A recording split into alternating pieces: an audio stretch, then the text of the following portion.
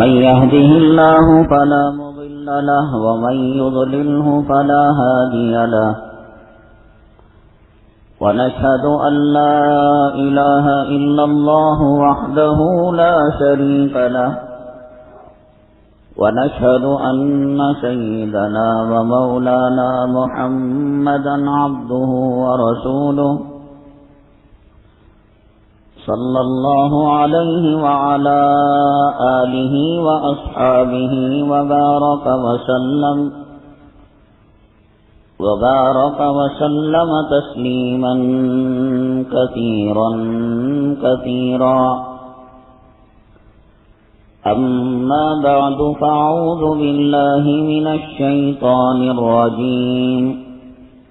بسم الله الرحمن الرحيم. يا أيها الذين آمنوا أطيعوا الله وأطيعوا الرسول وأولي الأمر منكم. قال النبي صلى الله عليه وسلم: من يرد الله به خيرا يفقهه في الدين، أو كما قال النبي عليه الصلاة والسلام. رب اشرح لي صدري ويسر لي أمري واحلل عقدة من لساني يفقه قولي. اللهم صل على سيدنا مولانا محمد في أول كلامنا. اللهم صل على سيدنا مولانا محمد في أوسط كلامنا. اللهم صل على سيدنا مولانا محمد في آخر كلامنا. معزز سامعین اکرام، اللہ تبارک تعالیٰ نے اپنے بندوں کی ہدایت کے لیے حضرات انبیاء علی نبینا علیہم الصلاۃ والتسلیم کو مبعوث فرمایا اور آسمانی کتابوں کو بھی نازل فرمایا. یہ آسمانی کتابیں جس میں 4 بڑی مشہور ہیں: توریت، زبور، انجیل اور قرآن مجید. اور اللہ تبارک تعالیٰ نے جو آسمانی کتابوں کو نازل فرمایا، اس قوم کی جو زبان تھی، لینگویج تھی، اسی زبان میں اس آسمانی کتاب کو نازل فرمایا. قرآن شریف عربیوں کے درمیان نازل ہوا تو قرآن کی زبان عربی رکھی گئی، ایرانی نہیں رکھی گئی، کنڑ اور ملیالم نہیں رکھی گئی. قرآن شریف تمام امتوں کے لیے، قوموں کے لیے، علاقے والوں کے لیے راہ ہدایت ہے. تو یہ بھی نہیں کیا گیا کہ کچھ حصہ اس کا ملیالم میں، کچھ حصہ کنڑا میں، کچھ حصہ تیلگو میں، کچھ انگریزی میں، کچھ فارسی میں. جب ساری قوموں کی ہدایت کا سامان اس میں ہے تو ساری قوموں کی رعایت نہیں کی گئی. انا انزلناہ قرآنا عربیا، اللہ نے اس کو کلام پاک کو عربی زبان میں نازل کیا. توریت اس زمانے میں جو زبان بولی جاتی تھی، انجیل اس زمانے میں جو زبان بولی جاتی تھی، زبور اس زمانے میں جو زبان بولی جاتی تھی، مقامی زبان میں اللہ نے ان کتابوں کو نازل کیا. ایک طریقہ یہ تھا کہ اللہ تبارک تعالیٰ ان کتابوں کو کسی پہاڑ پر رکھ دیتے یا کسی آدمی کو یا پیغمبر کو دے دیتے اور ان کو ذمہ داری دے دیتے کہ اس کتاب کے نسخے اور اس کی کاپیاں بنوا کر آپ قوموں میں تقسیم کر دیں. وہ صاحب زبان ہیں. توریت کی زبان والے توریت کو پڑھ لیں گے، انجیل کی زبان والے انجیل کو پڑھ لیں گے، زبور کی زبان جاننے والے زبور کو پڑھ لیں گے. جو نہیں پڑھتا جیسے دیہاتوں کے اندر آپ نے دیکھا ہوگا کہ صبح سویرے ایک آدمی ایک بڑے درخت کے سائے میں چبوترے میں بیٹھ کر اخبار پڑھتا ہے، اور جن کو پڑھنا نہیں آتا وہ سب اس کو گھیر کر وہ اخبار سنتے ہیں اور سمجھتے ہیں۔ قرآن شریف اللہ کے حبیب پاک صلی اللہ علیہ وسلم کو دے دیا جاتا، غار ثور میں رکھ دیا جاتا، غار حرا میں رکھ دیا جاتا، کعبے کی چھت پر رکھ دیا جاتا، اور پیغمبر کو ذمہ داری دی جاتی کہ آپ اس کے نسخے بنا کر کاپیاں بنوا کر دنیا کے چپے چپے میں پہنچا دیجیے۔ زبان سمجھتے ہیں، لینگویج سمجھتے ہیں، پڑھ لیں گے، لیکن اللہ تبارک تعالیٰ کا شروع سے یہ دستور رہا ہے اور اللہ کا یہ قانون رہا ہے، اللہ نے جب کبھی کوئی آسمانی کتاب کو نازل فرمایا، اللہ نے صاحب کتاب کو بھیجا، توریت کو بھیجا، نازل کیا تو حضرت موسیٰ علیہ السلام کو بھیجا، انجیل کو نازل کیا اس کو سمجھانے کے لیے حضرت عیسیٰ علیہ السلام کو، زبور کو نازل کیا اس کو سمجھانے کے لیے حضرت داؤد علیہ السلام کو، قرآن شریف کو نازل کیا تو جناب محمد الرسول اللہ صلی اللہ علیہ وسلم کو اس کو سمجھانے کے لیے بھیجا۔ پیغمبر کی بعثت، پیغمبر کی نبوت، رسول کی رسالت کا مقصد یہ بتایا گیا، هو الذی بعث فی الامیین رسولا منہم یتلو علیہم آیاتہ ویزکیہم ویعلمہم الکتاب والحکمہ۔ ایک بنیادی نبوت کا مقصد، نبی ہونے کا مقصد اور رسول ہونے کا مقصد یہ بتایا گیا کہ وہ کتاب سکھلاتا ہے، بتاتا ہے کہ اس آیت کا ترجمہ کیا ہے، معنی کیا ہے، مطلب کیا ہے۔ یہ مقصد نبوت میں سے ہے، مقصد رسالت میں سے۔ اہل عرب اپنے آپ کو عربی کہتے تھے، اور جو فارنرز ہیں، ادر عرب ہیں، جو غیر عربی ہیں، ان کو وہ عجمی کہتے تھے۔ عجم کے معنی گونگے کے، زبان آتی ہے تو ہم کو آتی ہے، ہم زبان میں ماہر ہیں۔ ایک ایک آدمی ہزاروں ہزاروں اشعار کو یاد کرتا تھا، مقابلہ ہوتا تھا اور کمپٹیشن ہوتا تھا، ان کے گھوڑوں کے، ان کے جانوروں کے، ان کے مرغیوں کے اور ان کے اونٹوں کے سینکڑوں حسب و نسب وہ جانتے تھے۔ عربی کے اندر اس کو فقریہ طور پر وہ بیان کیا کرتے تھے۔ ان کو اپنی زبان پر بڑا ناز تھا، لیکن اللہ تبارک تعالیٰ نے یہ نہیں کہا کہ یہ قوم عربی جانتی ہے، چنانچہ پیغمبر کی ضرورت نہیں۔ ایک نسخہ قریش کے قافلے میں، ایک نسخہ مکہ مکرمہ میں، ایک طائف میں، ایک جدہ میں، ایک مدینہ طیبہ میں اللہ تعالیٰ دے سکتے تھے، لیکن اللہ تبارک تعالیٰ نے کلام پاک کو 23 سال کے عرصے میں وقتاً فوقتاً حالات اور ضرورت کے تحت دھیرے دھیرے نازل فرمایا، اور پیغمبر کو ذمہ داری دی کہ آپ ان آیتوں کی تشریح بیان کریں اور ان آیتوں کا معنی اور مطلب بیان کریں۔ قرآن شریف کے اندر نماز کا حکم ہے اور کئی مرتبہ حکم ہے، اقیم الصلاۃ، نماز کو قائم کرو، لیکن کوئی میں کلام کلام پاک کی 6666 آیتوں میں نماز کی جو کیفیت ہم پڑھ رہے ہیں اس کو من و عن نہیں بتا سکتا کہ پہلے تکبیر تحریمہ کہنا چاہیے، اس کے بعد ثنا پڑھنا چاہیے، اعوذ باللہ پڑھنا چاہیے، بسم اللہ پڑھنا چاہیے، سورہ فاتحہ پڑھنا چاہیے، ضم سورت پڑھنا چاہیے، ضم سورت میں اتنا پڑھنے سے یہ ہوتا ہے، اتنا پڑھنے سے وہ ہوتا ہے، رکوع کرنا چاہیے، مردوں کے رکوع کی کیفیت یہ ہے، عورتوں کے رکوع کی کیفیت یہ ہے، مردوں کے سجدے کی کیفیت یہ ہے، یہ آپ کلام پاک میں نہیں بتا سکتے۔ کلام پاک کی اس آیت کا معنی اور مطلب بیان کرنے کے لیے اللہ تبارک تعالیٰ نے نبی کریم صلی اللہ علیہ وسلم کو نبی بنا کر بھیجا، رسول بنا کر بھیجا، ذمہ داری دی کہ جو چیز کلام پاک کی بظاہر سمجھ میں نہ آئے آپ اس کی تشریح کریں، تو آپ نے فرمایا صلو کما رأیتمونی اصلی، اقیم الصلاۃ سے تم نماز سمجھ نہیں سکتے، تم نماز ایسی پڑھو جیسے مجھے پڑھتا ہوا دیکھتے ہو۔ اب اللہ کے حبیب پاک صلی اللہ علیہ وسلم نے نماز کی کیفیت امت کو بیان کی. یہ اقیم الصلاۃ کا ترجمہ ہوا. قرآن شریف نے کہا اتم الحج والعمرۃ للہ، حج کرو اور عمرہ کرو. لیکن حج کی وہ کیفیت کہ طواف کے شرائط کیا ہیں، احرام کی خصوصیات کیا ہیں، احرام کی منہیات اور احرام کو توڑنے والی چیزیں کیا ہیں، اور پھر کہاں سے شروع کیا جائے طواف، صفا مروہ کی صحیح کی کیفیت کیا ہے، یہ سب چیزیں وضاحت کے ساتھ نہیں آئی.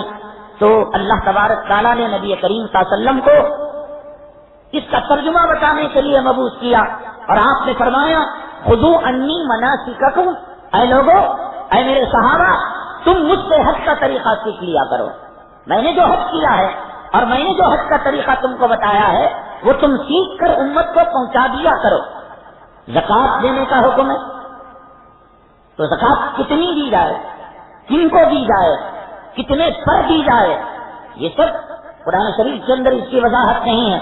اللہ کے حبیب پاک صلی اللہ علیہ وسلم نے اس کو کہنے کا مطلب یہ ہے کہ قرآن شریف کو اگر کوئی صاحب کتاب کے بغیر، پیغمبر کے بغیر اگر کوئی اللہ کے قرآن کو سمجھنا چاہے، اللہ کی کتاب کو سمجھنا چاہے، قیامت آ جائے گی، اسرافیل علیہ السلام سور پھونک دیں گے، لیکن وہ اللہ کی کتاب کو سمجھ نہیں سکتا.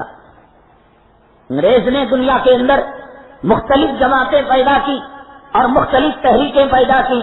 ان میں سے ایک طبقہ اس نے پیدا کیا اور وہ طبقہ یہ کہتا ہے کہ حدیث نبی کریم صلی اللہ علیہ وسلم کے اتنی صدیوں کے بعد اس کو مرتب کیا گیا. اب وہ صحیح ہے، اب وہ غلط ہے. اور ایک بات مسجد سے جب نکل پڑتی ہے، یہاں 2000 2500 لوگ اگر بیان سنتے ہیں، ہر ایک جا کر اگر ان کو کہا جائے کہ تم بیان کا مقصد لکھو، ہر ایک کے لکھنے میں فرق آئے گا زمین و آسمان کا. کوئی کچھ سمجھے گا، کوئی کچھ سمجھے گا. ایک کہے گا مولانا صاحب نے تو گالی دے دی، ایک کہے گا نہیں وہ سمجھانے کے لیے بات تھی، ایک کہے گا نہیں انہوں نے کسی کی گالی کو نقل کیا، ایک کہے گا نہیں انہوں نے حدیث کا ترجمہ پیش کیا. ایک بیان، ایک وقت، ایک جگہ، ایک مجمع، لیکن سمجھنے کی صلاحیت الگ. تو اس نے قوم و ملت کو گمراہ کیا اور بے وقوف کیا، بنایا کہ اللہ کے حبیب پاک صلی اللہ علیہ وسلم نے جو معنی اور مطلب بیان کیا ہے وہ تو اس زمانے میں کلام پاک بھی مرتب نہیں ہوا تھا، تو حدیث پاک کو کیسے مرتب کر دیا گیا؟ تو لہذا اس کا کوئی مقام و مرتبہ نہیں ہے. قرآن اللہ کی کتاب ہے، چنانچہ اس قرآن شریف کے علاوہ نہ ہم حدیث کو مانیں گے، نہ فقہ کو مانیں گے، اور نہ ہی کسی قسم کی تفسیر کو مانیں گے. قرآن جو چیز ہمیں سمجھ میں آتی ہے بس اس پر ہم عمل کر لیں گے. یہ اہل قرآن کا طبقہ ہو گیا. اور ایک طبقہ ہوا جو زمانے کی ترقیات کے ساتھ زمانے کی ترقیات کا پیداوار طبقہ جس کو کہا جائے، جو امت میں فتنے کے لیے جس کو جنم دیا گیا، وہ کلام پاک کی آیتوں کا سہارا لے کر یہ بات کہنے لگا کہ قرآن شریف یہ امام اعظم ابو حنیفہ رحمۃ اللہ علیہ سمجھے، بخاری شریف امام مالک سمجھے، وہ آسمان سے اترے نہیں، وہ زمین سے اگے نہیں، وہ ہماری طرح ایک انسان ہے، پیغمبر نہیں ہے وہ، اور انسان سے خطا ہو سکتی ہے، اور انسان سے غلطی ہو سکتی ہے، اور انسان سے سہو ہو سکتا ہے. آج کے زمانے میں علم کی جو دریائیں بہتی ہیں اس زمانے کے اندر اتنا علم نہیں تھا. ایک طبقہ کہتا ہے ابو حنیفہ رحمۃ اللہ علیہ کے زمانے کے اندر علم کہاں تھا؟ اتنی درسگاہیں، اتنے مدارس، اتنے علماء، اتنے علم کے سورس. آپ انٹرنیٹ کے اندر آپ آج آن لائن کوئی فتویٰ معلوم کرنا چاہیں، ٹوپی کی کیفیت معلوم کرنا چاہیں، آقا کے چہرے انور میں داڑھی کے اندر کتنے بال سفید تھے وہ معلوم کرنا چاہیں، آپ کے جوتوں کی کیفیت معلوم کرنا چاہیں، نالین شریفین کی خاصیت معلوم کرنا چاہیں، ایک ایک چیز آج معلوم کی جا سکتی ہے. علم کے سورس بڑھ گئے ہیں، ذرائع بڑھ گئے ہیں، ذرائع ابلاغ عام ہو چکے ہیں. آپ کے زمانے میں، امام ابو حنیفہ کے زمانے میں، امام مالک کے زمانے میں، امام احمد، امام شافعی رحمہ اللہ تعالیٰ کے زمانے کے اندر علم کے اتنے سورس نہیں تھے. لہذا انسان ہونے کے ناطے ان سے کچھ چیزیں پوشیدہ رہ گئی اور ان کو جو چیز سامنے نظر آئی اس کو انہوں نے کہہ دیا. لہذا اب اس زمانے زمانے کے اندر جن لوگوں نے ان پر اعتماد کیا، بھروسہ کیا، وہ اس زمانے کی بات تھی. اب اس زمانے کی بات اور ہے. اس زمانے میں خچر پر، گھوڑے پر، گدھے پر ایک علاقے سے دوسرے علاقے تک سفر کیا جاتا تھا، مہینوں سفر کیا جاتا تھا. اب یہ ہے کہ پچھلے زمانے کے اندر آدمی جب حج کو جاتا، معافی تلافی کر کر، اپنا کفن ساتھ لے کر، وصیت نامہ لکھ کر، بیوی بچوں ماں باپ سے ودائی لے کر جاتا تھا. یقین نہیں تھا کہ واپس بھی لوٹ سکتا ہے. ممکن ہے اس کا پانی کا جہاز ڈوب جائے، مر جائے اور اس کو مچھلی کی غذا بنا دی جائے. اب مسئلہ یہ ہے کہ آدمی ناشتہ یہاں کرتا ہے اور ناشتے کے بعد کی چائے وہ جدہ ایئرپورٹ پر پیتا ہے، یہاں فجر پڑتا ہے اور اشراق کی نماز وہ جدہ ایئرپورٹ پر پڑھتا ہے. زمانہ بدل چکا ہے، حالات بدل چکے ہیں، کلام پاک کو سمجھنے کے سورس اور ذرائع ابلاغ عام ہو چکے ہیں. تو وہ زمانے کے اندر ان علاقے کے لوگوں نے، اس زمانے کے لوگوں نے اپنے اپنے امام پر اعتماد کیا، بھروسہ کیا، تو وہ اس زمانے کی بات ہے. اب کنڑا میں ترجمہ ملے گا، تیلگو میں ترجمہ ملے گا، ملیالم میں ترجمہ ملے گا. حدیثوں کی قسمیں ہمارے سامنے ہیں، حدیث قوی کون سی، حدیث ضعیف کون سی. اب ہمیں ایک نیا فتنہ کھڑا ہوا اس زمانے کے اندر کہ ائمہ کرام کی اب کوئی ضرورت نہیں رہی. اگر وہ دیانت دار بھی تھے، امانت دار بھی تھے، اللہ والے بھی تھے، فقیہ بھی تھے اور اپنے زمانے کے امام بھی تھے، تو وہ اس زمانے کی بات رہی. اب اس زمانے تک، قیامت تک ان کو پکڑ کر لٹکنا، ان کی ہی فقہ پر اعتماد کرنا، یہ کون سے انصاف کی بات ہے؟ اس زمانے کے اندر علم سمٹا ہوا تھا. ابھی گزشتہ جمعہ یہاں ایک صاحب اتر پردیش یا دلی کے علاقے کے تشریف لائے تھے. انہوں نے کہا کہ حضرت اب تو کلام پاک کی طباعت کے ذرائع عام ہو چکے ہیں، پرنٹنگ کے، کہ اب کمپیوٹر کے ذریعے سے کون سا دنیا کا نسخہ چھاپنا چاہے بس گھنٹے 2 گھنٹے کے اندر پورا کلام پاک پرنٹ کر دیا جاتا ہے. اس زمانے کے اندر چکنے پتھر پر الٹا کلام پاک لکھنا پڑتا تھا، لیٹو پریس ہوتا تھا اور ایک ایک برق اس پر لگ کر وہ الٹے حروف اس پر سیدھے آیا کرتے تھے. تو اب اگر کوئی اس زمانے کے اندر اس پتھر کو لے کر بیٹھ جائے، اس زمانے کے اندر اس کچر کو لے کر بیٹھ جائے، اس گدھے کو لے کر بیٹھ جائے اور یہ کہے کہ میرے آقا گدھے کی سواری کرتے تھے اور کچر کی سواری کرتے تھے اور گھوڑے کی سواری کرتے تھے، میں ہوائی جہاز کے اندر نہیں بیٹھوں گا اور راکٹ میں نہیں بیٹھوں گا، ٹرین میں نہیں بیٹھوں گا، والوو میں نہیں، یہ حماقت کی بات ہے. کمپیوٹر کے زمانے میں پتھر کو لے کر بیٹھ جائے اور کہے کہ میں اسی پر لکھا ہوا قرآن پڑھوں گا، یہ حماقت. اس طریقے سے ایک پرفتن زمانے کے اندر اہل فتن نے ایک شوشہ دیا اور کہا کہ خود قرآن کہتا ہے وَلَقَدْ يَسَّرْنَا الْقُرْآنَ لِلذِّكْرِ فَهَلْ مِن مُدَّكِرٍ، کہ ہم نے کلام پاک کو آسان کیا ہے. اسے گاؤں کا دیہاتی کسان ان پڑھ اور جاہل پڑھ کر سمجھ سکتا ہے، امریکہ کا سائنسدان سمجھ سکتا ہے. ہم نے کلام پاک کے اندر وہ کیفیت دی، وہ خاصیت دی اور وہ خصوصیت دی کہ دنیا کا غریب اور دنیا کا امیر اور دنیا کا حاکم اور دنیا کا محکوم اور دنیا کا عالم اور دنیا کا جاہل خود قرآن کہتا ہے وَلَقَدْ يَسَّرْنَا الْقُرْآنَ لِلذِّكْرِ، ہم نے کلام پاک کو آسان کر دیا. فَهَلْ مِن مُدَّكِرٍ، ہے کوئی اس سے نصیحت حاصل کرنے والا؟ اس کے بعد ایک تحریک چلائی گئی. اب امام کی تقلید کی کوئی ضرورت نہیں ہے، اب کسی امام کی اتباع اور اس کی بات ماننے کی کوئی ضرورت نہیں ہے. اور آپ کلام پڑھیے، آپ کلام سمجھیے، آپ حدیث پڑھیے، آپ حدیث سمجھیے، انٹرنیٹ کے اوپر بیٹھ کر بٹن دبائیے، مسائل نکالیے اور اس پر عمل کیجیے. وہ زمانہ تھا کہ جب اندھیرے کا زمانہ، چراغ کا زمانہ، گھوڑوں کا زمانہ، پتھر پر لکھنے کا زمانہ، پتوں پر لکھا جاتا تھا، پتھروں پر لکھا جاتا تھا، کاغذ نہیں تھا. وہ زمانے کی بات اور ہے. یہ زمانہ سائنس و ٹیکنالوجی کا زمانہ، تو ایک ترقی یافتہ ماڈرن کالج اور یونیورسٹی کی پیداوار آج امت مسلمہ کو یہ بات کہہ کر وہ طبقہ گمراہ کر رہا ہے کہ ہمیں قرآن اور حدیث کے اور ہمارے درمیان کسی دلال کی کوئی ضرورت نہیں ہے، کسی ایجنٹ کی کوئی ضرورت نہیں ہے. قرآن کہتا ہے حامیم والکتاب المبین، یہ کھلی ہوئی کتاب ہے. یہ کہتا ہے کہ اس کے احکامات واضح ہیں دن کی روشنی کی طرح. اس میں اب کیا ضرورت ہے کہ کسی امام کی مانی جائے، تقلید کی جائے؟ تو یہ بات کیا اہل عرب کو کلام پاک زیادہ سمجھ سکتے تھے؟ یا آج ہم کرناٹک میں کنڑ بول کر ہندوستان کے متعصب اور نفرت زدہ زہر زدہ ماحول میں ہم قرآن زیادہ سمجھ سکتے ہیں، یا وہ عرب لوگ جن کو اپنی عربی پر ناز تھا اور غیر عرب اور ادرس عرب جس کو وہ گونگے کہتے تھے وہ کلام پاک زیادہ سمجھ سکتے تھے؟ وہ کلام پاک ان کی زبان تھی، مادری زبان، کاروبار کی زبان تھی، معاشرت کی زبان تھی، گھریلو زبان تھی.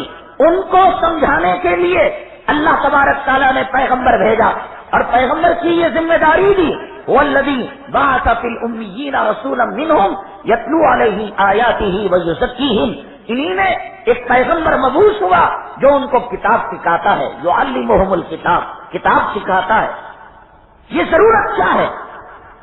اور کیا آج ہم علماء کو چھوڑ کر، اولیاء کو چھوڑ کر، اسلاف کو چھوڑ کر، صحابہ کو چھوڑ کر، تابعین کو چھوڑ کر، تبع تابعین کو چھوڑ کر آج کے اس پرفتن نفسانی خواہشات کے زمانے کے اندر کیا کلام پاک پر براہ راست آج کوئی عمل کر سکتا ہے؟ آج کوئی براہ راست اس فتنے کے زمانے میں حدیث پر عمل کر سکتا ہے؟ نماز کو سمجھ سکتا ہے، روزے کو سمجھ سکتا ہے، دین کو سمجھ سکتا ہے، نکاح کو سمجھ سکتا ہے، طلاق کو سمجھ سکتا ہے؟ اللہ تبارک تعالیٰ چاہتے تو جیسے چاند ایک ہے اس میں کوئی اختلاف نہیں، سورج ایک ہے اس کے طلوع غروب کے اندر کوئی اختلاف نہیں. دنیا میں کہیں جھگڑا ہوتا ہے کہ بھئی 6:35 پر طلوع، ایک طبقہ کہتا ہے نانا 5:30 بجے طلوع، اور ایک طبقہ کہتا ہے نانا سوا. کہیں دیکھا اختلاف؟ سورج کو کس نے بنایا؟ اللہ نے. چاند کو کس نے بنایا؟ اللہ نے. زمین کو کس نے بنایا؟ اللہ نے. آسمان کو کس نے بنایا؟ اللہ نے. مرد کے مرد ہونے میں کوئی اختلاف ہے؟ ہمارے بارے میں کوئی جھگڑا کرتا ہے کہ ان کے بارے میں 4 قول ہیں. ایک کہتے ہیں کہ آدھے مرد ہیں، اور ایک کہتے ہیں آدھی عورت ہیں، ایک کہتے ہیں پونے. اللہ اگر چاہتا تو جیسے کروڑوں چیزوں کے بارے میں اختلاف کے بغیر ان چیزوں کو رکھا. مچھلیاں پانی میں رہتی ہیں، ان میں کوئی اختلاف ہے؟ پرندے ہواؤں میں اڑتے ہیں، ان میں کوئی اختلاف ہے؟ انسان غذا کھاتا ہے، ہوا میں سانس لیتا ہے، ان میں کوئی بغیر اختلاف کے اللہ نے کروڑوں مسائل رکھے. اللہ اگر چاہتا تو دین کے احکامات کو اختلاف کے بغیر ایک پرفیکٹ دین، جیسے سورج کا طلوع اور سورج کا غروب، زمین و آسمان کا نظام غیر اختلافی ہے. اللہ تبارک تعالیٰ دین کو بھی اختلاف کے بغیر ایک ہی نماز دے دیتا، یا تو رفع دین والی یا رفع دین کے بغیر، یا تو آمین زور سے والی یا آمین آہستہ والی، یا تو 20 رکعت یا تو 8 رکعت، یا تو ایک ہاتھ سے مصافحہ یا تو 2 ہاتھ سے مصافحہ، یا تو ایک مجلس کی 3 طلاقیں یا ایک مجلس کی 1 طلاق. اللہ اگر چاہتا. زمین آسمان کو کس نے بنایا؟ مردوں کو کس نے بنایا؟ عورتوں کو کس نے بنایا؟ بغیر اختلاف کے بنایا. دنیا میں کہیں جھگڑا ہے کہ پرندے پانی میں رہتے ہیں، کچھ لوگ کہتے ہوں، اور کچھ لوگ کہتے ہوں کہ مچھلیاں ہوا میں اڑتے ہیں، کچھ لوگ کہتے ہوں کہ انسان جو ہے پانی کے اندر ہے. اختلاف نہیں تو بغیر اختلاف کے اللہ دین کیوں نہیں دیا؟ اس کے اندر اللہ تبارک تعالیٰ نے مختلف قسم کے احکامات کیوں رکھے؟ رفع دین بھی رکھا، رفع دین نہ بھی رکھا. اس لیے رکھا کہ اللہ تبارک تعالیٰ کو معلوم ہے کہ قیامت کے قریب ایک طبقہ آئے گا جو صحابہ کرام پر لعن و طعن کرے گا، ملامت کرے گا. قیامت کے قریب ایک طبقہ آئے گا، اسلاف، اکابرین، اولیاء پر سے ان کا اعتماد اٹھانے کی کوشش کرے گا اور کہے گا قرآن تمہارے سامنے ہے، پڑھ کر سمجھ لو، حدیث تمہارے سامنے ہے، پڑھ کر سمجھ لو. تو جب قرآن پڑھنے والا قرآن پڑھتا ہے تو قرآن شریف کے اندر اللہ تعالیٰ فرماتے ہیں والمطلقات یتربصن بانفسہن ثلاثۃ قروء. جس عورت کو طلاق دے دی گئی، پوچھو ان لوگوں سے جو لوگ یہ کہتے ہیں ہم قرآن پڑھ کر سمجھ جاتے ہیں، ہم کو ضرورت نہیں ہے 4 اماموں کی، ضرورت نہیں ہے اولیاء کرام کی، ضرورت نہیں ہے صحابہ کی، تابعین کی، تبع تابعین کی، فقہا کی، مفسرین کی، مفتیان کرام کی. ہمارے سامنے کلام پاک ہے اور اس کا ترجمہ ہے تو ہم اس سے دین سمجھ لیں گے. پوچھو کلام پاک کی آیت ہے کہ جس عورت کو طلاق دے دی گئی، اب وہ عورت دوسرا نکاح کرنے سے پہلے اپنی عدت کو پورا کرے گی، اور عدت کی مدت اور عدت کی جو پیریڈ ہے اس کو کلام پاک نے بیان کیا، والمطلقات یتربصن بانفسہن، کہ طلاق شدہ عورت اپنے نفس کو روک کر رکھے گی ثلاثۃ قروء۔ اے اللہ تیری شان پر قربان جائے، تو چاہتا تھا تو یہ کہہ سکتا تھا ثلاثۃ حیض، کہ 3 ناپاکیوں تک وہ اپنے آپ کو روک رکھے گی، ثلاثۃ طہر، 3 پاکیوں تک اپنے آپ کو روک رکھے گی۔ طہر پاکی کو عورت کا وہ زمانہ جس میں وہ نماز پڑھ سکتی ہے، حیض عورت کا وہ زمانہ جس میں اس کی ماہواری آتی ہے اور نماز پڑھنے کے لائق نہیں رہتی۔ اللہ اگر چاہتا، اللہ کے لیے کیا مشکل تھی کہ اللہ تبارک تعالیٰ کلام پاک میں صاف صاف کہہ دیتا کہ عورت اپنے طہر کے زمانے کو پورا کرے گی، 3 پاکی کے پیریڈ کو پورا کرے گی، تو کہہ دیتا ثلاثۃ طہر، کہ 3 طہر پورا کرے، پھر اس کے بعد اس کی مرضی کہ جہاں چاہے وہ نکاح کرے۔ اور اللہ اگر چاہتا تو یہ کہتا کہ تربصن بانفسہن ثلاثۃ حیض، کہ 3 ماہواریوں تک ختم ہونے تک یہ اپنے آپ کو روک رکھے گی۔ ان دونوں میں فرق ہے، طہر کا پیریڈ، پاکی کا پیریڈ ختم ہونا اور چیز ہے، ناپاکی کا پیریڈ ختم ہونا اور چیز ہے۔ اللہ کہہ سکتے تھے لیکن کہا کہ ثلاثۃ قروء، کر حیض کو بھی کہتے ہیں، کر طہر کو بھی کہتے ہیں۔ اللہ نے کہا اپنے آپ سے کلام پاک سمجھنے والے، صحابہ پر انگلیاں اٹھانے والے، ائمہ پر انگلیاں اٹھانے والے، فقہاء پر انگلیاں اٹھانے والے، کلام پاک کی تشریح کرنے والے، مفسرین پر انگلیاں اٹھانے والے، تمہارے باپ کے نطفے سے اگر تم پیدا ہوئے ہو تو یہاں پر کر کا معنی تم بتا دو۔ اللہ تعالیٰ کہہ سکتا تھا، لیکن کر کا لفظ جو طہر کے لیے بھی استعمال ہوتا ہے، طہارت کے لیے اور حیض کے لیے بھی استعمال ہوتا ہے، ایسے الفاظ اللہ نے کلام پاک کے اندر لائے۔ کیوں لائے؟ تاکہ مسلمان محتاج ہو، قرآن شریف پڑھنے والا گھمنڈ کے اندر مبتلا نہ ہو۔ پہلا گھمنڈ ان لوگوں کا تھا اہل عرب کا، ناز تھا، ہم کو عربی آتی ہے، ہم کو زبان آتی ہے، ہم قرآن پڑھ سکتے ہیں، قرآن کا جواب دے سکتے ہیں۔ اچھا تم جواب دے سکتے ہو، ایک کام کرو، قرآن کہاں سے شروع ہوتا ہے؟ الف لام میم، اس کا ترجمہ بتا دو۔ ان کی زندگیاں گزر گئی، الف لام میم کا ترجمہ نہیں بتا سکے۔ حامیم عین سین قاف، ناز ہے نا تمہیں اپنی زبان پر اور دوسروں کو گونگا کہتے ہو، یہ عربی الفاظ ہیں، کافا یا عین صاد۔ اللہ نے ان کی مراد کو اپنی ذات، یا بعض مفسرین کہتے ہیں کہ نبی کی ذات تک کیوں محدود رکھا کہ اہل عرب کو عاجز کرنے کے لیے کہ کم بختو یہ اللہ کا قرآن ہے، یہ زبان سے نہیں سمجھا جا سکتا۔ اگر سمجھتے ہو جواب دو، الف لام میم کا ترجمہ کیا ہے، طٰہٰ کا ترجمہ کیا ہے، طاسین کا ترجمہ، یہ الفاظ لا کر بریک لگا دیا اللہ نے، ان کے عقل اور ان کے دل و دماغ پر کوڑا مارا، اور ایسے الفاظ جیسے میں نے ایسے پورا قرآن بھرا ہوا ہے، ایک بطور مثال کے میں نے یہ بات کہی، والمطلقات یتربصن بانفسہن ثلاثۃ قروء، کیا اللہ نہیں کہہ سکتا تھا؟ اب عورت اپنی ماہواریوں تک اپنی عدت پورا کرے گی، یا عورت اپنے پاکی کے زمانہ ختم ہونے تک اپنی مدت پورا کرے گی؟ اب محتاج ہوا حدیث پاک کی طرف رجوع کرنے کے لیے، محتاج ہوا صحابہ پر کہ انہوں نے کیا سمجھا، اب محتاج ہوا تفسیر عبداللہ ابن عباس، محتاج ہوا فقہاء کرام کا کہ فقہاء کرام نے کلام پاک سے اس کا کیا معنی نکالا اور کیا مطلب نکالا۔ حدیث پاک میں آتا ہے، نبی کریم جناب محمد رسول اللہ صلی اللہ علیہ وسلم نے فرمایا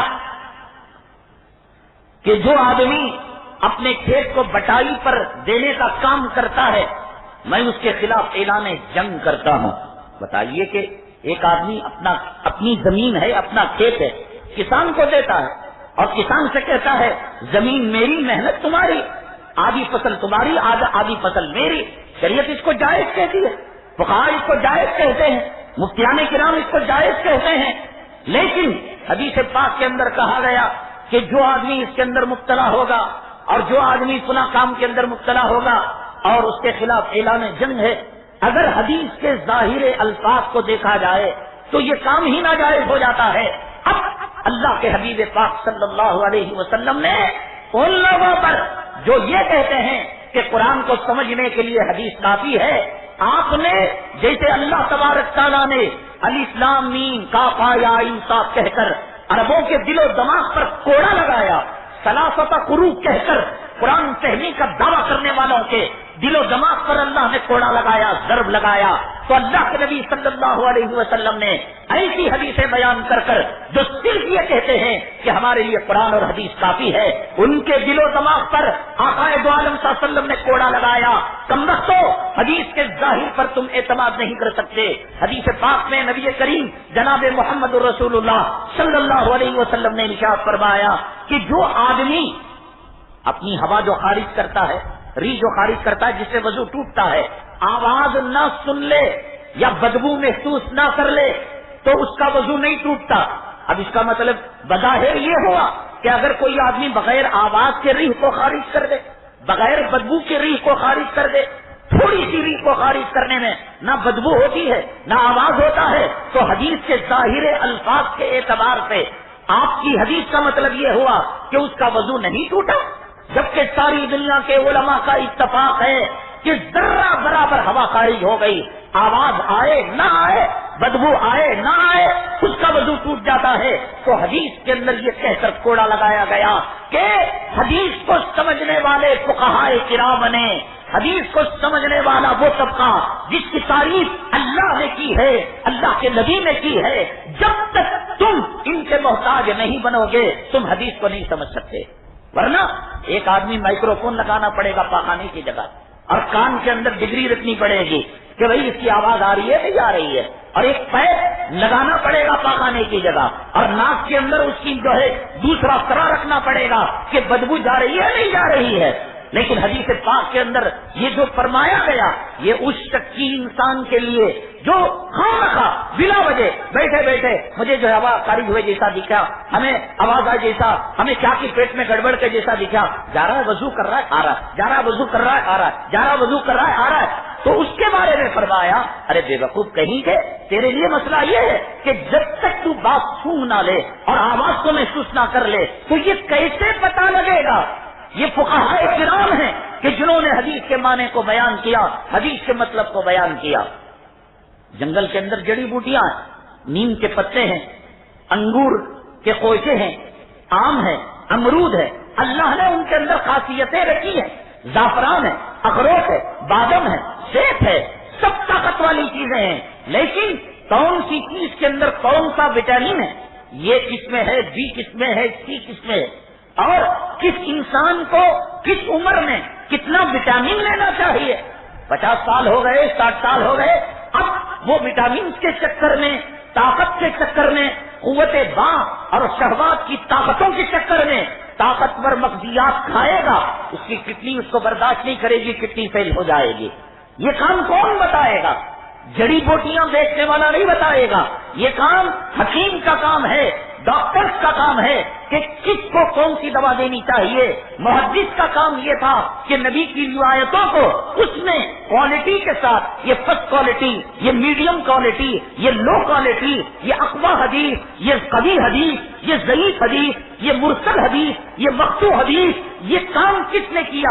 حدیث کی جڑی بوٹیاں دینے والوں نے، محدثین کرام نے، امام بخاری نے، امام مسلم نے، امام ترمذی نے، یہ کام انہوں نے کیا۔ لیکن انہوں نے یہ نہیں بتایا کہ تم نماز ایسی پڑھو، انہوں نے یہ نہیں بتایا کہ تم روزہ ایسا رکھو، انہوں نے یہ نہیں بتایا کہ تم زکات اتنی دو، صرف ان کا کام جڑی بوٹیاں دینے کا تھا۔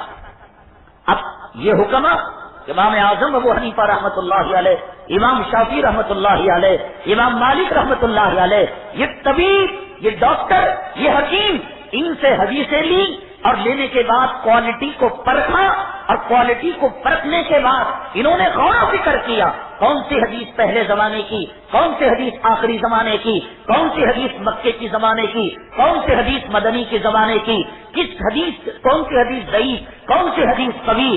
چنانچہ امام اعظم ابو حنیفہ رحمۃ اللہ علیہ، ان کی سب سے پہلی کوشش یہ رہی ہے کہ دونوں حدیثیں اپنی جگہ پر صحیح ہو جائیں۔ رسول اللہ صلی اللہ علیہ وسلم کا قول ہے، ایک کو گرا کر ایک کو اونچا نہیں کر سکتے۔ حدیث ضعیف کبھی بات کی بات، لیکن حدیث کس کی ہے، سنت کس کی ہے، بول کس کا ہے، قول کس کا ہے، جس پر ناز ہے زمین و آسمان کو، جس نے اللہ نے اس کا نام اپنے کلمے کے ساتھ لگایا. دیکھو من کان لہ امام فقراۃ الامام قراۃ اللہ. حدیث پاک میں آقا نے فرمایا جو آدمی مقتدی ہو اس کو قرات کرنے کی ضرورت نہیں, امام کی قرات مقتدی کی قرات ہے. یہ حدیث ہے. اور ایک حدیث ہے لا صلاۃ الا بفاتحۃ الکتاب, لا صلاۃ لمن لم یقرأ بفاتحۃ الکتاب. سورہ فاتحہ پڑھے بغیر کوئی نماز ہوتی ہی نہیں. اب اس حدیث کے اندر کہا گیا کہ سورہ فاتحہ پڑھنا چاہیے, اور اس حدیث کے اندر کہا گیا کہ جو امام کی قرات ہے وہ مقتدی کے لیے کافی ہے. جب کافی ہے تو پڑھ کہاں رہا ہے, یہ تو خاموش ہے. اور وہ حدیث کہتی ہے لا صلاۃ, اس کی نماز ہی نہیں, لمن لم یقرأ کہ بفاتحۃ الکتاب, جو سورہ فاتحہ کو نہ پڑھ. حدیثوں میں تعارض آ گیا, حدیثوں میں بظاہر ٹکراؤ آ گیا, دونوں حدیثیں بظاہر مخالف ہے. تو ایک عام مسلمان جو حدیث کا ترجمہ سمجھنے والا ہے, اب وہ کیسے فیصلہ کرے گا, نبی کی بات کو کیسے ڈاؤن کرے گا اور کیسے کہے گا یہ حدیث عمل کے قابل نہیں, یہ حدیث عمل کے قابل ہے. رذیل کمینے کہیں کے نبی کی بات پر جج کرنے کے لیے کتنی طاقت اور قوت اجتہاد اور کتنا علم, کتنا ورع اور کتنا تقویٰ چاہیے. یہ سلفی کے پڑے ہوئے لوگوں کا پرچہ جانچنے کے لیے کون جانچے گا؟ LKG UKG پڑھا ہوا, 8ویں پڑھا ہوا, وہ پروفیسر, وہ لیکچرار جانچے گا. لائروں کے پرچے جانچے گا کون؟ جج جانچے گا. ججوں کے پرچے کون جانچے گا؟ جو سپریم کورٹ کے جج ہوں گے. یہ دنیا کا دستور ہے کہ نچلے لوگوں کا فیصلہ اونچے لوگ کیا کرتے ہیں. نبی کی حدیث کے بارے میں ہر کچھ ہونا تک یہ حدیث ضعیف, یہ حدیث قوی, اس پر عمل نہیں, اس پر عمل کیا جا سکتا ہے. ایک تو خود کا ججمنٹ اور ایک ان صاحب برا, صاحب تقویٰ جن پر کروڑوں اولیاء نے اعتماد کیا, بھروسہ کیا. اب بتائیے کہ ان کے اعتماد پر ہم اعتماد کریں گے یا موجودہ پرفتن زمانے کے اندر 16 لوگوں کے باتوں پر ہم اعتماد کریں گے؟ تو اب 2 حدیثیں آ گئی, سورہ فاتحہ کے بغیر نماز نہیں, اور ایک حدیث کے اندر آیا کہ مقتدی خاموش رہے گا. اب اگر خاموش رہے گا فاتحہ نہیں پڑھے گا, اور اگر فاتحہ پڑھے گا اس حدیث پر عمل نہیں ہوگا. اللہ سیدنا امام اعظم ابو حنیفہ رحمۃ اللہ علیہ کے قبر کے اندر رحمتیں برکتوں کی بارش برسائے. پوری امت کی طرف سے اللہ آپ کو جزائے خیر نصیب فرمائے کہ ہمارے لیے مسئلہ آسان کر دیا, ہمارے لیے دسترخوان کو چن دیا, ہمارے لیے اب جو ہے حدیثوں کے بارے میں فہم و تفہیم کے مزید گنجائشوں کو ختم کر دیا. آپ نے کہا وہ حدیث اپنی جگہ ہے اور یہ حدیث اپنی جگہ ہے. کہا کہ جس حدیث کے اندر یہ بات کہی گئی کہ من کان لہ امام فقراۃ الامام قراۃ اللہ, کہ مقتدی خاموش رہے گا, یہ جماعت کی نماز کے بارے میں اللہ کے نبی صلی اللہ علیہ وسلم نے فرمایا. اور جس حدیث کے اندر یہ بات کہی گئی کہ لا صلاۃ الا بفاتحۃ الکتاب, کہ نماز سورہ فاتحہ کے بغیر نہیں ہوتی, تو یہ انفرادی نماز کے بارے میں وہ حدیث اپنی جگہ صحیح ہو گئی اور یہ حدیث اپنی جگہ صحیح ہو گئی. دیکھا یہ نبی کریم جناب رسول اللہ صلی اللہ علیہ وسلم کی حدیثوں کے اندر جو تعارض تھا, سب سے پہلے امام اعظم ابو حنیفہ رحمۃ اللہ علیہ کی یہ کوشش ہوتی ہے کہ حدیثوں میں جو تعارض ہوتا ہے, حدیثوں کے اندر جو آپس میں بظاہر ٹکراؤ ہوتا ہے, ہر حدیث کو اپنی جگہ پر رکھا جائے, تاکہ اللہ کے نبی صلی اللہ علیہ وسلم کا بول ہے, آپ کا قول ہے, آپ کا فرمان رسالت ہے, اس کو ریجیکٹ نہیں کیا جا سکتا صرف یہ کہہ کر کے یہ حدیث ضعیف ہے.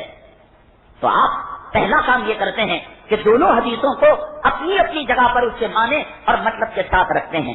حضرات ایک طریقہ تو یہ ہے کہ ہم ختنہ کرا کر, کان میں اذان اور اقامت کہلوا کر, عبد الرحمان, عبد الشکور, عبد الجبار نام رکھ کر, نورانی قاعدہ پڑھ کر کلام پاک, حدیث پاک کو ہم سمجھنے لگیں اور پھر یہ کہے کہ تم لوگوں کے سمجھی ہوئی چیزوں پر ہمارا اعتبار نہیں, بھروسہ نہیں, ہم سمجھیں گے. اور ایک طریقہ یہ ہے کہ ہم اپنی کھیتی باڑی کرتے رہیں, اپنی تجارت کرتے رہیں, اپنی ٹیلرنگ کرتے رہیں, اپنی امامت کتابت کرتے رہیں, اپنا مدرسہ چلاتے رہیں, اپنی بیوی بچوں کے کام میں مشغول رہیں, اور ان اکابرین اور اسلاف نے دین کو جس طریقے سے سمجھا ان کی سمجھ پر ہم بھروسہ کریں, اعتماد کریں. اب اس کو دنیاوی مثال میں سمجھیے. ایک طریقہ یہ ہے کہ سائنسدانوں نے جو کمپیوٹر بنایا اس کو آگ لگا دے, جو فلائٹ بنائی ہوائی جہاز اس کو آگ لگا دے, جو ٹرین بنائی اس کو آگ لگا دے, جو گیس کے چولہے سولار پاور کے چولہے بنائے آپ نہیں، ہم تم پر اعتماد نہیں کرتے، ہم تم پر بھروسہ نہیں کرتے، تمہاری بس میں نہیں بیٹھتے، تمہاری ہوائی جہاز میں نہیں بیٹھتے، تمہاری ٹرین میں نہیں بیٹھتے، تم جھوٹے ہو، تمہارے زمانے کے اندر آلات کم تھے، ہم اپنا کتے کی گاڑی بنائیں گے، سور کی گاڑی بنائیں گے، ہم اپنا ریسرچ کریں گے، اپنی کروسین بنائیں گے، اپنی میٹافین بنائیں گے، اپنی خاندان مر جائے گا، کبھی سالے جو ہے ہوائی جہاز کا رخ نہیں کریں گے۔ بتائیے ان دو طریقوں میں کون سا طریقہ اچھا ہے؟ ایک طریقہ پچھلے لوگوں کی ایجادات اور سائنسی تحقیقات پر اعتماد کیے بغیر خود اپنا کوئی کام کر لینا، اپنی گاڑی اپنی کار بنانا، اور ایک ان میں اعتماد کر کر ان کی چیزوں کو استعمال کر کر ان کو دعائیں دینا، اے اللہ اگر وہ مسلمان ہیں جنت میں ان کے درجات بلند فرما، اے اللہ اگر وہ نان مسلم ہیں تو کم سے کم ان کو عذاب قبر کم دے، جہنم کا عذاب کم دے، ہمارے لیے حج کی سہولتیں فراہم کی، عمرے کی سہولیات فراہم کی، کون سا طریقہ بہتر ہے بتائیے؟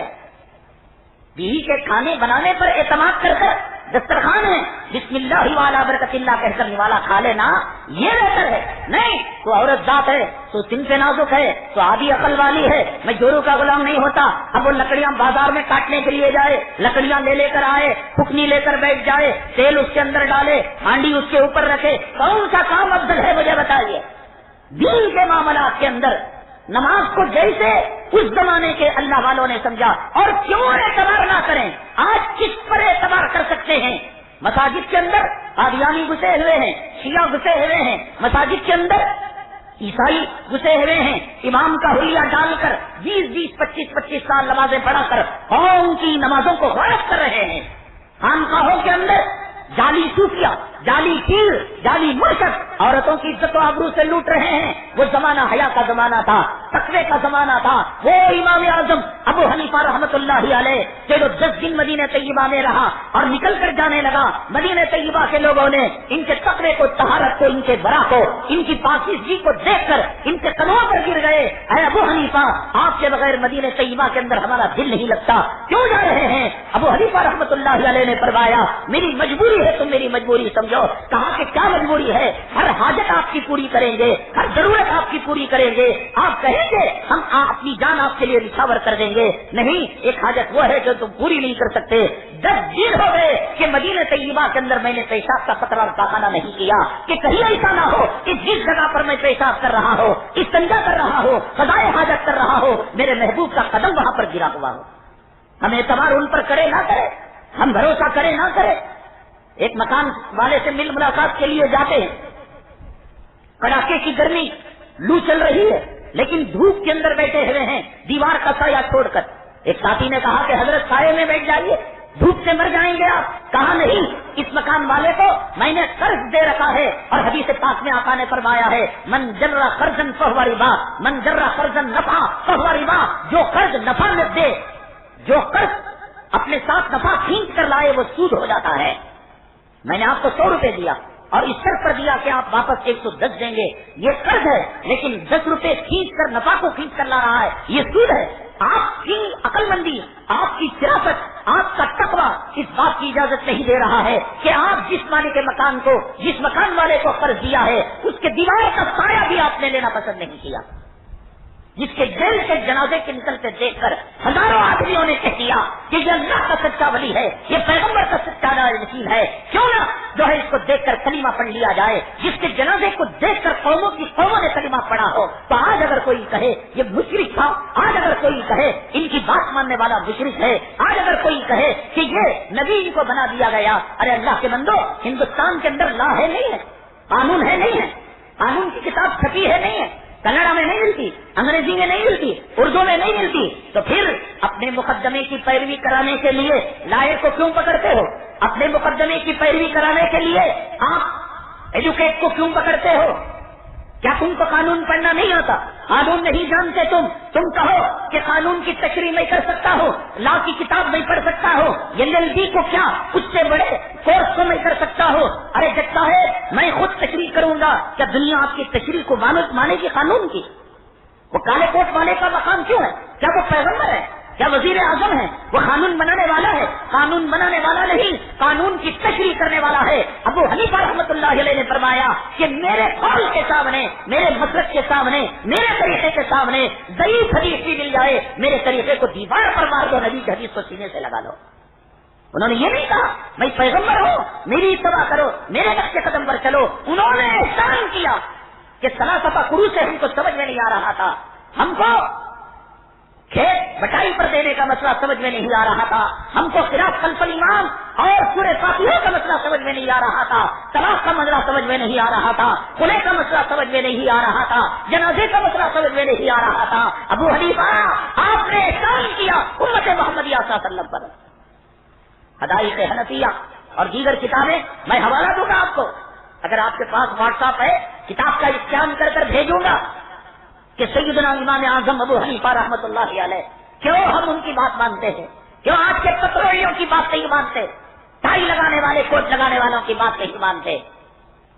فتنے کا زمانہ، وہ اعتماد والا زمانہ، ایک تشریح انہوں نے کی، ایک تشریح آج تک۔ اور یہ جو آیت ہے وَلَقَدْ يَسَّرْنَا الْقُرْآنَ، ہم نے قرآن کو آسان کیا، آگے تو پڑھو، لِلذِّکْرِ، نصیحت حاصل کرنے کے لیے، مجتہد بننے کے لیے نہیں، حکیم بننے کے لیے نہیں، مسائل نکالنے کے لیے نہیں۔ مسائل نکالنے والے فلولا نفر من كل فرقة منهم طائفة ليتفقهوا في الدين، کیوں نہ ایک طبقہ جاتا تاکہ دین کی سمجھ حاصل کرے، وہ ہے فقہا کا طبقہ، وہ ہے مفتیان کرام کا طبقہ۔ یہ قرآن کوئی کھیل مذاق نہیں ہے کہ اس سے ہر کوئی مسائل نکالنے لگے۔ اللہ نے کہا قرآن کو ہم نے آسان کیا، تو یہ کہہ سکتے تھے بالاجتہاد، کہ اجتہاد کے لیے آسان کیا کہ تمہارے دل و دماغ پر جو بات سمجھ میں آئے تم اجتہاد، ہم نے اجتہاد کے دروازے کھول دیے، وہ بھی انسان ہمیں بھی انسان، وہ بھی آدمی ہمیں بھی آدمی، عمر بھی آدمی ہمیں بھی آدمی، ابو حنیفہ بھی انسان ہمیں بھی انسان، وہ بھی اماں کے پیٹ سے پیدا ہوئے ہم بھی اماں کے پیٹ سے پیدا ہوئے۔ دنیا میں فرق نہیں، نبیوں کا فرق قرآن نے بیان کیا۔ تلک الرسل فضلنا بعضهم على بعض، ہم نے رسولوں کے اندر بعض کو بعض فضیلت، بعض کو بعض پر فضیلت دی ہے۔ نبیوں میں ان چیز کا مقام ہے، اور یار وہ بھی آدمی ہمیں بھی آدمی، فرق نہیں، ان کے سین نہیں نکلی ہوئی تھی۔ الیاذ باللہ ثم الیاذ باللہ۔ کلام پاک کو سمجھنے کے لیے اللہ نے آسان کیا ہے۔ وَلَقَدْ يَسَّرْنَا الْقُرْآنَ، ہم نے قرآن کو آسان کیا، لِلذِّکْرِ، نصیحت حاصل کرنے کے لیے۔ دیکھو پڑھو الحمدللہ رب العالمین، نصیحت حاصل کرو اس اللہ کی تعریف جو مسلمانوں کا پالنہار نہیں، اس اللہ کی تعریف جو زمین والوں کا پالنہار نہیں، اس اللہ کی تعریف جو آسمان رب العالمین، جتنے ورلڈ ہیں، یونیورس ہیں، تمام عالموں کو اللہ پالتا ہے۔ فَلَقَدْ يَسَّرْنَا الْقُرْآنَ لِلذِّکْرِ، ہم نے آسان کیا بے وقوف تو اس سے نصیحت کو حاصل کر۔ وَلَئِن سَأَلْتَهُم مَّنْ خَلَقَ السَّمَاوَاتِ وَالْأَرْضَ، تو دہریے بولے تو اگر کافروں کو مشرکوں کو پوچھتا کہ کون زمین آسمان کو پیدا کرنے والا، لَيَقُولُنَّ اللَّهُ، تو وہ کہیں گے کہ اللہ نے پیدا کیا۔ وَلَئِن سَأَلْتَهُم مَّن نَّزَّلَ مِنَ السَّمَاءِ مَاءً، ان کو پوچھ کہ بادلوں سے برسات کون برساتا ہے، لَيَقُولُنَّ اللَّهُ، اللہ پیدا کرتا ہے، اللہ تعالیٰ برساتا ہے۔ أَمَّنْ خَلَقَ السَّمَاوَاتِ وَالْأَرْضَ، کون ہے جو زمین آسمان کو پیدا کرنے والا؟ اَمَّن يُجِيبُ الْمُضْطَرَّ إِذَا دَعَاهُ، کون ہے جو پریشان حال کی دعا کو سننے والا؟ اور کون ہے وَإِذَا مَسَّكُمُ الضُّرُّ فِي الْبَحْرِ ضَلَّ مَن تَدْعُونَ إِلَّا إِيَّاهُ، کہ تم یہاں مختلف وَلَقَدْ يَسَّرْنَا الْقُرْآنَ لِلذِّکْرِ، یہ پڑھتا جا اور نصیحت حاصل کرتا جا۔ خلق الانسان من صلصال كالفخار وخلق الجان من مارج من نار، پھر اللہ نے ہر آیت کے بعد فبأي آلاء ربكما تكذبان، کن کن نعمتوں کو تو جھٹلائے گا؟ كل من عليها فان ويبقى وجه ربك ذو الجلال والإكرام، ہر چیز فنا ہونے والی، رب کی ذات باقی رہنے والی۔ پھر فبأي آلاء ربكما تكذبان، کن کن نعمتوں کو تو جھٹلائے گا؟ يسأله من في السماوات والأرض، اللہ تبارک تعالیٰ زمین و آسمان کے نگہبان ہے۔ اور پھر فبأي آلاء ربكما تكذبان سنفرغ لكم أيها الثقلان، یہ ہے اس کے بارے میں کہا وَلَقَدْ يَسَّرْنَا الْقُرْآنَ لِلذِّکْرِ، اتحاد کرنے کے دروازے نہیں کھول دیے بلکہ اس کے بارے میں تالے لگا دیے۔ حدیث پاک میں آقا نے فرمایا من قال فی القرآن برأیہ، قرآن اور شریعت کے بارے میں اگر کوئی عقل کا گھوڑا دوڑائے گا، اگر نفس کا گھوڑا دوڑائے گا، یہ معنی ہو سکتا ہے، یہ مطلب ہو سکتا ہے کمینے ملحد، شیطان کے ایجنٹ، شیطان کے بچے، پہلے اپنا ٹھکانہ جہنم میں بنا، بات قرآن کی تفسیر اپنے من سے بعد میں کرنا۔ فَلْيَتَبَوَّأْ مَقْعَدَهُ مِنَ النَّارِ، کہ جو قرآن اور شریعت کے بارے میں اپنے نفس سے بات کہے گا. ہمیں ضرورت ہے اولیاء کی, ہمیں ضرورت ہے مفسرین کی, ہمیں ضرورت ہے سیدنا امام اعظم ابو حنیفہ رحمۃ اللہ. کیوں نہ اعتبار, کیا قصور ہے, کیا غلطی کی ہے, کیا انہوں نے کہا؟ دین کی تشریح تو کی ہے, نبی تو نہیں کہا انہوں نے. حدیث کی تشریح محدثوں نے کی ہے, قرآن کی تشریح مفسروں نے کی ہے. جب قرآن کی تشریح مفسر کرے وہ مشرک نہ بنے. امام بخاری نے حدیث کی تشریح کی اور ترجمۃ الباب لگایا, وہ مشرک نہ بنے. اور ابو حنیفہ قرآن و حدیث کو سامنے رکھ کر سکھا دے دیا. اللہ کے نبی صلی اللہ علیہ وسلم کے سیرت کے دو گوشے ہیں, ایک الفاظ ہیں جس کو روایت کہتے ہیں, قال قال رسول اللہ صلی اللہ علیہ وسلم کہ من ترک الصلاۃ متعمدا فقد کفر, کہ آپ نے فرمایا جس نے جان بوجھ کر نماز کو چھوڑا وہ کافر ہو گیا. یہ الفاظ کی حفاظت ہے. اس لفظ کو جوں کا تو قیامت تک باقی رکھنا اور پہنچانا یہ محدثین کی ذمہ داری. اس کو حفاظت روایت کہتے ہیں. الفاظ کا ترجمہ کہ جس نے جان بوجھ کر نماز کو چھوڑا وہ کافر ہو گیا, یہ درایت, یہ ترجمے کو پہنچانے کی ذمہ داری فقہا نے لے لی. معنی اور مطلب کو کون کافر ہوگا, کتنی نمازوں کو چھوڑنے سے کافر ہوگا, اعتقاد کے طور پر چھوڑنے سے کافر ہوگا یا عمل کے طور پر چھوڑنے سے کافر ہوگا یا تکبیر تحریمہ چھوڑنے پر, یہ فقہا نے کام کیا. یہ امت پر احسان کیا انہوں نے کہ جیسے الفاظ کا پہنچانے والا نبی نہیں بنا بلکہ قوم و ملت کا محافظ بنا, محدث بنا, تو درایت اور ترجمہ معنی مطلب پہنچانے والا فقیہ بنا. وہ بھی اللہ کے یہاں مقام رکھنے والا, یہ بھی اللہ کے یہاں مقام رکھنے والا. کیوں نہ اعتبار کرے, تجھ پر کیوں بھروسہ کرے؟ چپل کے پوجے کے لائق نہیں تو کیوں بھروسہ کرے؟ کیا آتا ہے تجھے؟ دو بخاری کی سطر نہیں پڑھ سکتا, اور ہم کیوں نہ بھروسہ کریں اس سیدنا امام اعظم ابو حنیفہ رحمۃ اللہ علیہ پر, جنہوں نے 55 حج کیے. آخری مرتبہ جب نکل رہے تھے خانہ کعبہ کے کلید بردار چابی ہولڈر, کی ہولڈر کو کہا, شیوی خاندان کے فرد کو, کہ آپ مجھے اجازت دیں, اللہ کے کعبے کے اندر نہیں جاؤں گا.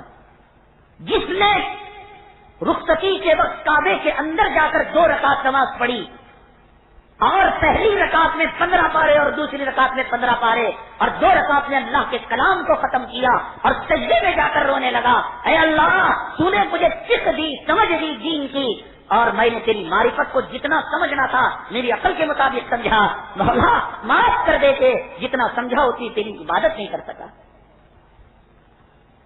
2 رکعت میں پورا کلام پاک اور یہ رونا, یہ گڑ گڑانا. ہاتھی سے غیبی نے کعبے کے اندر آواز دی, ابو حنیفہ روتا کیوں ہے, تو نے ہمارا حق ادا کر دیا, اور اپنے ملک میں یہ خوشخبری لے کر جا کہ تو بخشایا ہے, تیرے ماننے والے بخشائے ہیں, اور قیامت تک تیری بات ماننے والوں کو ہم نے مغفرت کا پروانہ دے دیا.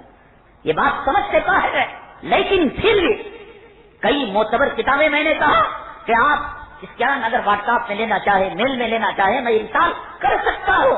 اللہ تعالیٰ کے خزانے میں رحمت کی کوئی کمی نہیں ہے. جو لوگ آج سیلف اسٹڈی کرتے ہیں, خود سے پڑھتے ہیں, کسی مدرسے کے فارغ نہیں ہیں. بھائی میں کسی دنیا کی میڈیکل کالج میں کورس نہیں کیا, میرا باپ ڈاکٹر تھا, میرا دادا ڈاکٹر تھا, دیکھ دیکھ کر میں نے سرجری سیکھ لی. دنیا میری سرجری کو مانے گی, دنیا میری ڈاکٹری کو مانے گی, اور دنیا کے لوگ کہیں گے جب مجھے گرفتار کر کے لے جائیں گے, اوہو آ گیا باپ دادا کی ڈاکٹری پر ناز کرنے والے, چمڑوں کو تو کیا ٹاکا لگائے گا, تو چپل کو ٹاکا لگانے کے لائق نہیں. ڈگری ہے تیرے پاس, قانون جان کر میں سپریم کورٹ کے کٹہرے میں اور سپریم کورٹ کے محفل میں چلے جاؤں اور قانون کی تشریح, تو جج صاحب پوچھیں گے کہ آپ کے پاس کیا ہے سند.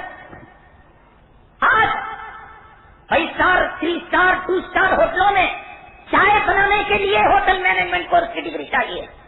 قرآن اتنا سستا ہو گیا کہ جس کو پیشاب سے ڈھیلے لینے کی تمیز نہیں, جس کو جوڑو رکھنے کی تمیز نہیں, رنڈیوں بازاری عورتوں کی طرح بازار کے اندر اپنی عورتوں کو گھماتا ہے, وہ آج قرآن کی تشریح کرے گا. اور سفید تاگے سے مراد صبح ثابت, اور صحابی نے کیا سمجھ لیا, کالے تاگے سے مراد کالا تاگا اور سفید تاگے سے مراد سفید تاگا, اور وہ بھی تکیے کے نیچے رکھ کر دیکھتے جاتے کھاتے جاتے. رسول اللہ صلی اللہ علیہ وسلم تک بات پہنچائی تو آپ نے تبسم فرمایا, مسکرایا اور فرمایا, اللہ کے بندے کالے تاگے سے مراد رات کی تاریکی ہے اور سفید تاگے سے مراد صبح ثابت کی روشنی ہے. صحابی جس کے نام کے ساتھ رضی اللہ عنہ، صحابی جو نفس کا پجاری نہیں ہو سکتا، صحابی جس کے لیے جنت واجب ہو چکی، صحابی جس کے تقوی کی شہادت قرآن نے دی، صحابی جس نے نبی کی اقتدا بغیر واسطے کی، صحابی جس نے صفہ چبوترے کے اندر نبی کی شاگردگی اختیار کی، وہ رات کی تاریکی اور صبح صادق کی روشنی کو نہیں سمجھ سکا، اور 14ویں صدی کے فتنے کے زمانے میں، زنا کے زمانے میں، بلاತ್ಕಾರ کے زمانے میں، عزت کے لوٹنے کے زمانے میں، سود کے زمانے میں، رشوت کے زمانے میں آج کوئی کہتا ہے کہ مجھ سے قرآن سمجھو، اس سے بڑا مجرم، اس سے بڑا چور، اس کا ڈاکو اور کوئی ہو سکتا ہے جو آج یہ کہے کہ میں قرآن سمجھتا ہوں، میں حدیث سمجھتا ہوں؟ یہ سب شیطان کے ایجنٹ ہیں، اور تقویٰ نکلتا ہے، دین نکلتا ہے، ہزاروں قسم کی تباہیاں بربادیاں آتی ہیں، انسان کے اندر کمزوری آتی ہے، ایمان کی کمزوری۔ آپ دیکھیے سفر کا مہینہ آیا، یہ تیرا تیزی ہے صاحب، شادی نہیں کر سکتے، نیا مکان نہیں لے سکتے، نیا دکان نہیں لے سکتے، بہو اپنے خاوند کا چہرہ بیوی نہیں دیکھ سکتی، نہیں بہو اس کو بھیج دو اپنی میکے، اور دلی میں رستہ، یہ سب کب ہوتا ہے؟ جب ہم اسلاف، اکابرین اور صحابہ اور بزرگان دین، ائمہ، ان کے راستے سے ہٹتے ہیں، نسبت ختم ہوتا ہے، تو کفریات ہمارے اندر جنم لینے لگتی ہیں۔ آخری چارج، وہ کتنے آخری چارج میں قیامت کے گئے سال بھی تو آیا تھا سفر میں آخری چارج ہوں گا، پارکوں کو جاؤ، ہریالی سن لو۔ ابھی حیدرآباد پروگرام کے سلسلے میں جانا ہوا، راستے کے اندر غریب عورتیں آواز لگا رہی ہیں کہ 13 kg کا انڈا دے دو، 13 kg کا چاول دے دو، 13 kg کا تیل۔ میں نے کہا کیا ہے؟ کہا کہ یہاں جو ہے بدعت پھیلی ہی ہے، اور یہ لوگ رات کے اندر جو ہے تیل رکھ کر، تکیے کے نیچے چاول رکھ کر، انڈا رکھ کر، یہ 13 kg کی بلا کو ٹلانے کے لیے آج اس ترقی یافتہ زمانے کے اندر ایمان کمزور ہوتا ہے تو توہمات جنم دینے لگتی ہیں، مسلمان کا اللہ پہ اعتماد اٹھتا ہے تو گھر کے واستو کے لیے اور بچی کے شادی کے لیے علماء نہیں، پنڈتوں کا سہارا لیا جاتا ہے۔ مسلمان ہیں پنڈتوں کو بلا کر گھر کا واستو دیکھتے ہیں، مسلمان ہیں جو بیٹی کی بیاہ کے لیے وہ تاریخیں دیکھتے ہیں، یہ برکت والی تاریخ، یہ منحوس والی تاریخ نہ۔ مسلمان جس کی صبح اللہ کے نام سے ہوئی، دنیا کی کوئی طاقت اس کا بال بینا نہیں کر سکتی، اور جس نے صبح بازار کے رخ سے کی، حدیث پاک میں آتا ہے کہ وہ شیطان کے جھنڈے کو لے کر جانے والا، اپنی خیر آپ بناتا ہے، اپنا شر آپ بناتا ہے۔ اللہ تعالیٰ نے کسی دن کو، کسی مہینے کو نہ منحوس بنایا نہ مبارک بنایا۔ بابرکت رمضان ہے، شب قدر ہے، لیکن اس زمانے میں کوئی زنا کرے، چوری کرے، بدکاری کرے تو وہ اس زمانے کا منحوس ترین کتا ہے۔ اگر کوئی سفر کے مہینے کے اندر داڑھی مڈاتا ہے، سفر کے مہینے میں سنتیں چھوڑتا ہے، نحوستیں آتی ہیں اور دیش مہینے کو دیتا ہے، بھئی یہ 13 kg ہوئی اس لیے ایسا ہو گیا، آخری 4 جمعہ ہوا اس لیے ایسا ہو گیا۔ بھائی آپ سوچیں گے یہ تو ہندوستان کا مسلمان کرتا ہوگا، دین سے جو ہٹتا ہے، مذہب اسلام، اللہ پر اعتماد، اللہ پر ایمان پر پختگی اور اللہ نفع نقصان کا مالک، یہ یقین دیتا ہے۔ یورپ کی سرزمین کے اندر جو سائنس و ٹیکنالوجی میں بہت آگے ہے، امریکہ آگے ہے، برطانیہ آگے ہے، فرانس آگے ہے، یہ سب ممالک کے اندر بدشگونی لی جاتی ہے، وہاں 12واں فلور ہوتا ہے، اس کے بعد کتنا نمبر 13واں نہیں ہوتا، 14واں فلور ہوتا ہے۔ اگر کوئی 3 تاریخ 13 تاریخ 23 تاریخ کو پیدا ہو گیا تو اپنا جنم دن برتھ ڈے وہ 4 تاریخ کو منائے گا، 14 کو منائے گا، 24 کو منائے گا۔ یہ ان ملکوں کے اندر ہے۔ آسٹریلیا کے اندر کوئی مردہ مرتا ہے تو سامنے بینڈ باجا لے کر جاتے ہیں اور کہتے ہیں کہ بلائیں آ رہی تھی اور دھم دھماکے سے، میوزک سے اور ڈھول تاشوں سے ہم نے ان بلاؤں کو چلا دیا۔ اور اگر کسی ماں باپ کے سامنے امریکہ کے اندر بچے کی تعریف کی جاتی ہے تو وہ زمین پر تھوک دیتے ہیں اور یہ سوچتے ہیں کہ اگر ہم نہ تھوکیں ہمارے بچے مر جائیں گے۔ اس قسم کی بد اعتقادی جو ایمان سے ہٹتا ہے، اللہ پر توکل نہیں کرتا، اللہ کو نفع نقصان کا مالک نہیں مانتا، وہ امریکہ بھی چلا جائے، وہ سائنٹسٹ بھی ہو جائے، لیکن یہ بد اعتقادی جاتی نہیں۔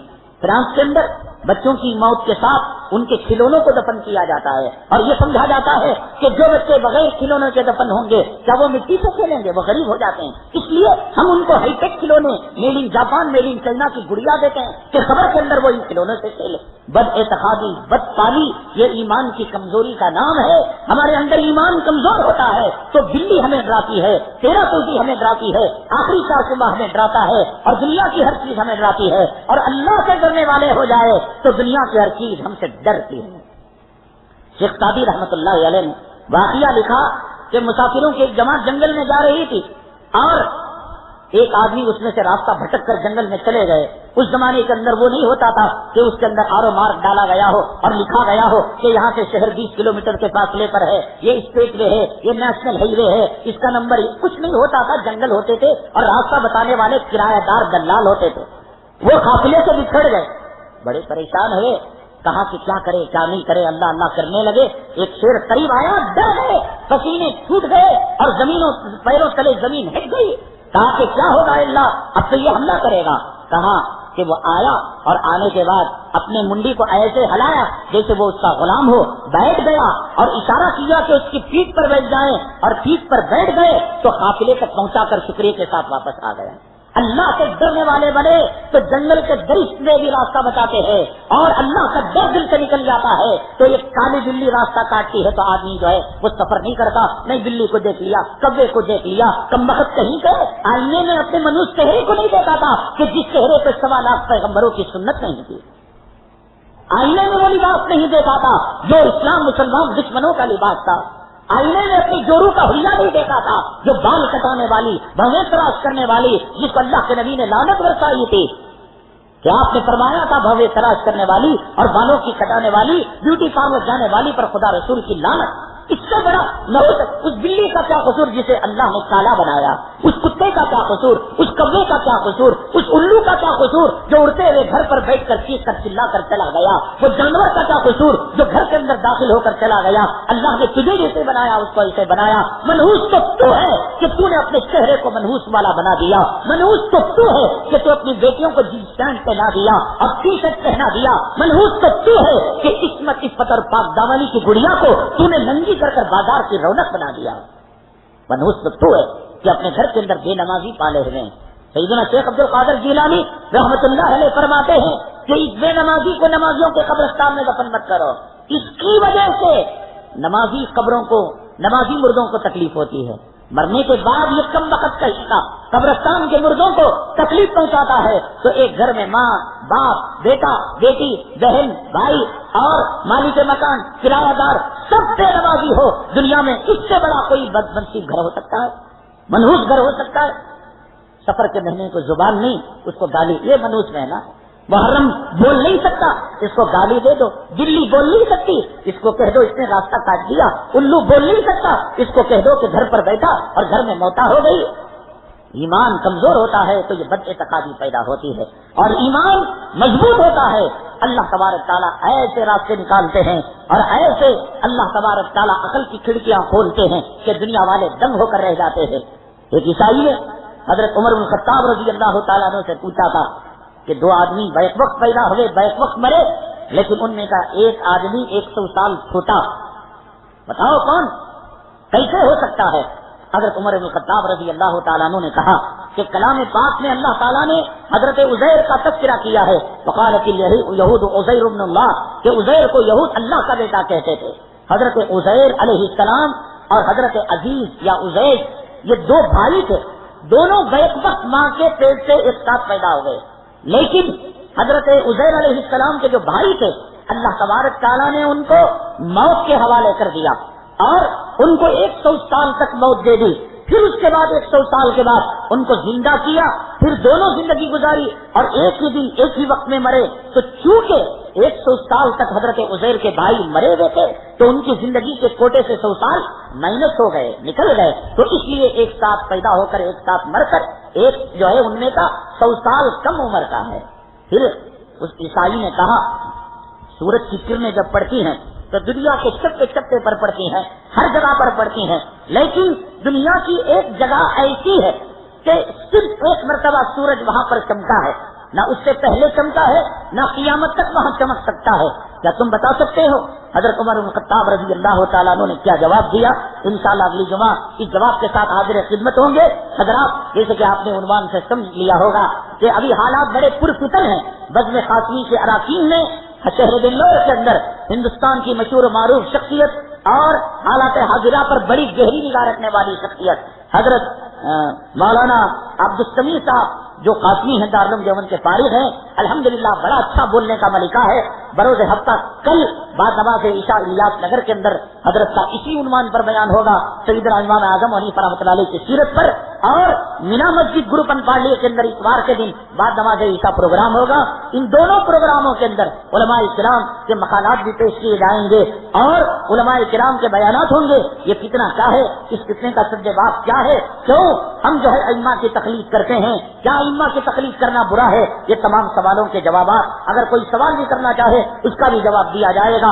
آپ سے درخواست ہے کہ جاؤ در جاؤ آپ ان دونوں اجلاسوں کے اندر شریک جلسہ ہو کر دنیا اور اپنی آخرت کی کامیابی حاصل کرے. جیسے کہ آپ دیکھ رہے ہیں الحمدللہ مسجد کا تعمیری کام بڑے زوروں شوروں پر چل رہا ہے اور لگ رہا ہے کہ بہت جلدی پائے تکمیل تک پہنچ جائے گا.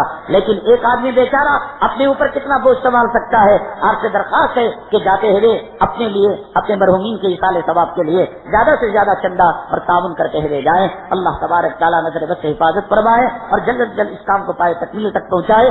اللہ تعالیٰ امت محمدیہ کی ہر قسم کی فتنوں سے حفاظت فرمائے. آمین. واخر دعوانا الحمدللہ رب العالمین.